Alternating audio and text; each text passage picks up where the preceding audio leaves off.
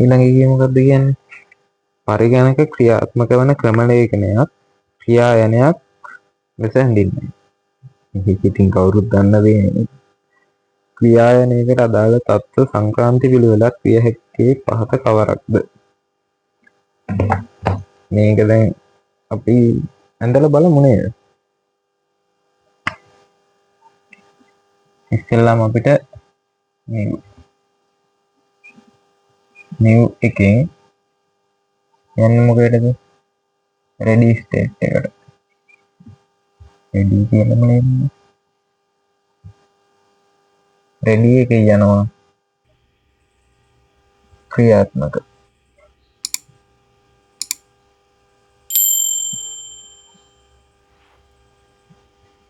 ඒකට මොකද ක්‍රියාත්මක කරන්නේ? එකෙන් යනවා අවසන් කළ ස්තරයට.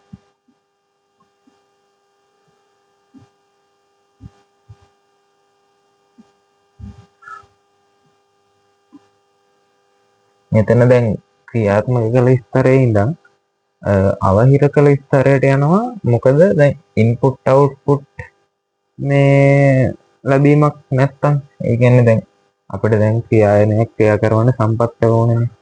එතකොට දැන් ඒවා තමයි ඉන්පුට් අවුට්පුට් මේවා. හරිද? එතකොට දැන් ඉන්පුට් එකක් ලැබෙනකම් මෙයා බලන ක්‍රියාත්මක තත්ත්වයේ තියාගන්නම බෑනේ. එතකොට මෙයා මෙතනින් දානවා අවහිර කළ තත්ත්වයට.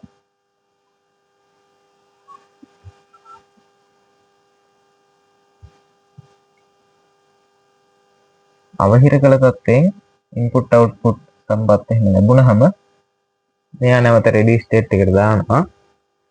ඒ වගේම තමයි තව එකක් ගන්න පුළුවන් අපිට. දැන් අවහිර කළ තත්ත්වයේ ගොඩ වෙලාවක් රැඳෙනවා නම් දැන් මේ ටික ඕම් ඔය ටික තියෙන්නේ ප්‍රධාන මතකයේ. මෙමරි එකේ ලියන්න.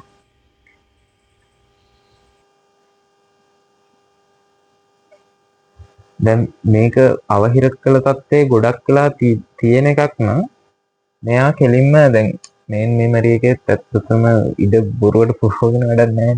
ඒ හින්දා මෙයා මෙතෙන්ට දානවා සෙකන්ඩරි මෙමරි එකට.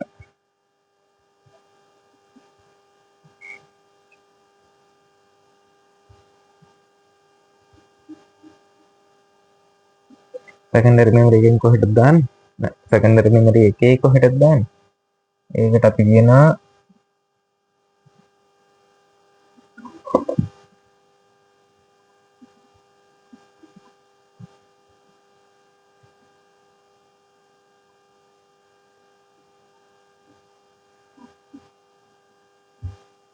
ප්‍රතිහරණය කළ සහ අවහිර කළ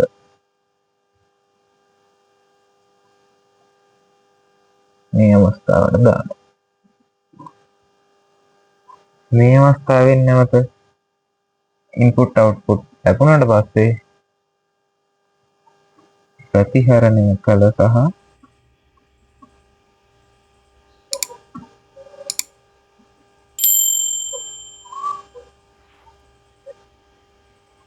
රැඳී සිටින අවස්ථාව.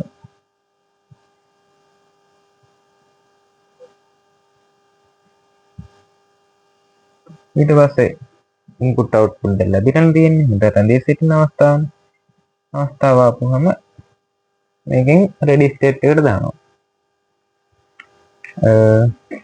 අපිට මේව ගන්න පුළුවන් නෑ. එහෙම ගන්නත් පුළුවන්. මොකද දැන් රෙඩි එකකින් ක්‍රියාත්මක අවස්ථාවට ගිහිල්ලා වෙලාව යනවනම් නැවත රෙඩි එකට එනවනේ. ඒ වගේ අවස්ථාවන් ගන්නත් පුළුවන්. මේක කොහොම හරි ඇඳලා හරි කමන්නේ හුරු වෙන්න. මේක ගොඩක් කලාවට ප්‍රශ්නයක් දෙකක් එනවා. මේක මොකක්ද කියන්නේ? උත්තර වෙන්නේ නව සංක්‍රාන්ති ක්‍රියාත්මක අවසන්. බලන්න. new එකෙන් ready එකට යනවා. ready එකෙන් ක්‍රියාත්මක යනවා. ක්‍රියාත්මකයෙන් අවසන් කරගන්න. පළවෙනි එකම හරිනේ. ඊටු ටිකක් බලමු අපි. නව අවහිර කළ. අවහිර කළ එකට කෙලින්ම යන්න බෑනේ. එතකොට ඒක වැරදි. නව ඊළඟ එක නව සෝදානම් අවහිර කළ. සෝදානම් එකකින් අවහිර කළ එකට කොහොමත් යන්නේ නැහැ. රෙඩි එකෙන් ක්‍රියාත්මකයකට ගිහිල්ලා තමයි ඉන්පුට් අවුට්පුට් නොලැබෙනවා වගේ නම් අවහිරකලයකට යන්නේ. ඊළඟ එකේ කියන්නේ නව ක්‍රියාත්මකයක කොහොමද වෙන්නේ? ඊට නව අවහිරකලයකට වෙන්නේ උත්තරේ අංක 1. ලියා ගන්න මේක ඕන. හරි. ඊළඟ එකේ කියනවා අමර පරිගණකයක පණ ගන්නා පැතුරුම්පත් යෙදුමක් ආරම්භ කරයි. ඉන්පසු ඔහු වෙබ් අතලික්සුවද විවෘත කරයි. ඔහුගේ පරිගණකය සකසනය මත ධාවනය වන්නේගේ නිවැරදි අනුපිළිවෙලක් විය හැකියි. අපිට ඉතින් මේක නම් එකපාරට කියන්න බෑ. උත්තර දිහා බලලා තමයි ගන්න වෙන්නේ. BIOS ආරම්භ වෙනවනේ කොහොමද පරිගණකේ පණ ගන්නන අවස්ථාවේදී. ඒ කියන්නේ පරිගණකේ පණ ගන්නනකොට ඒ වගේ දෘඩාංග වලට ඒ සංඥා ගිහිල්ලා ඒ ක්‍රියාවලිය කොහොමද BIOS අපිට එකට ගන්න වෙනවා. උත්තරවලත් ඉතින් උත්තර පහින්ම BIOS තියෙනවනේ. ඒකට එක උත්තරයක්වත් කපා හරින්නත් බෑ. ඊට පස්සේ BIOS ආරම්භ වුණාට පස්සේ කෙලින්ම අපිට පැතුරුම්පත් ක්‍රියායනයකට යන්න බෑ ඇත්තටම. ඔපරේටින් සිස්ටම් එක ආරම්භ වෙලා එහෙම තමයි යන්නේ. එතකොට දෙක වෙන්නේ ඔපරේටින් සිස්ටම් එක. තුන අපිට ගන්න පුළුවන් පැතුරුම්පත් ක්‍රියායනය. මොකක්ද දැන් ඔපරේටින් සිස්ටම් එකන්නේ ක්‍රියාවලි හැන්ඩල් කරන්නේ කන්ට්‍රෝල් කරන්නේ PCB යොදලා එහෙම.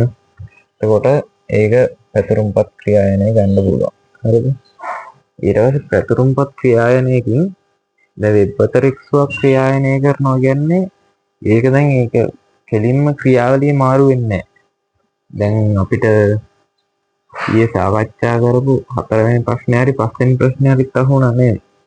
දැන් PCB ඒ කියන්නේ ඔපරේටින් සිස්ටම් එකෙන් process control block එකට ඒක කලින් ක්‍රියා කරපු වැඩේ සේව් කරලා එහෙම තමයි දෙවෙනි එක පටන් ගන්න. එතකොට ඒකෙන් ඔපරේටින් සිස්ටම් එකෙන් ඊට පස්සේ ඊළඟ ක්‍රියාව යනවා. ඒකට උත්තරය අපිට ගන්න පුළුවන් එකේ පිළිවෙලට තියෙනවානේ. දෙක ගන්න බෑ, තුන ගන්න බෑ, හතරෙත් බෑ, පහත් බෑ. උත්තරේ 1.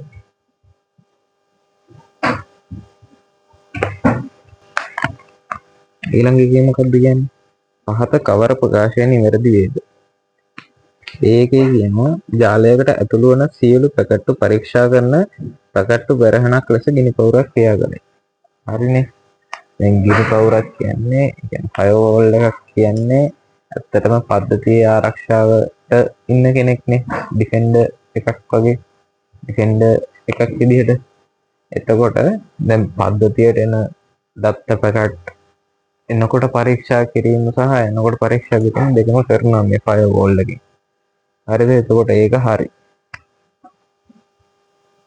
ෆයර්වෝල් එක ඇත්තටම අපි දාන්නේ පද්ධතියේ ආරක්ෂාව පිණිස. ඒ කියන්නේ වෛරස් අර මේවා ඇතුළු වෙන හින්දා. B එකේ කියනවා සම්මත ක්‍රමලේඛයක් ලෙස පෙනී සිටිමින් පරිශීලකයන් රවටන අනිෂ්ට මෘදුකාංගයක් ට්‍රොජන් ඇස්ට්‍රේක් ලෙස හැඳින්වේ. ට්‍රොජන් ඇස්ට්‍රේක් කියන්නේ ඇත්තටම ඒ කියන්නේ යහපත් මෘදුකාංගයක් විදිහට. ඒ කියන්නේ අර පරිගණකයට හානි කරන්නේ නැති යහපත් මෘදුකාංගයක් විදිහට පෙනී ඉඳලා මේ නරක වැඩ කරන මෘදුකාංගයක්. ඒ කියන්නේ පද්ධතියට වෛරස් වෙන ඒ වගේ නරක විදිහට ක්‍රියා කරන මෘදුකාංගයක් තමයි ට්‍රොජන් ඇස්ට්‍රේක් කියන්නේ. ඒ කියන්නේ කෙටියෙන් ගත්තොත් හොඳ විදිහට පෙනී ඉඳලා නරක වැඩ කරන කෙනෙක්.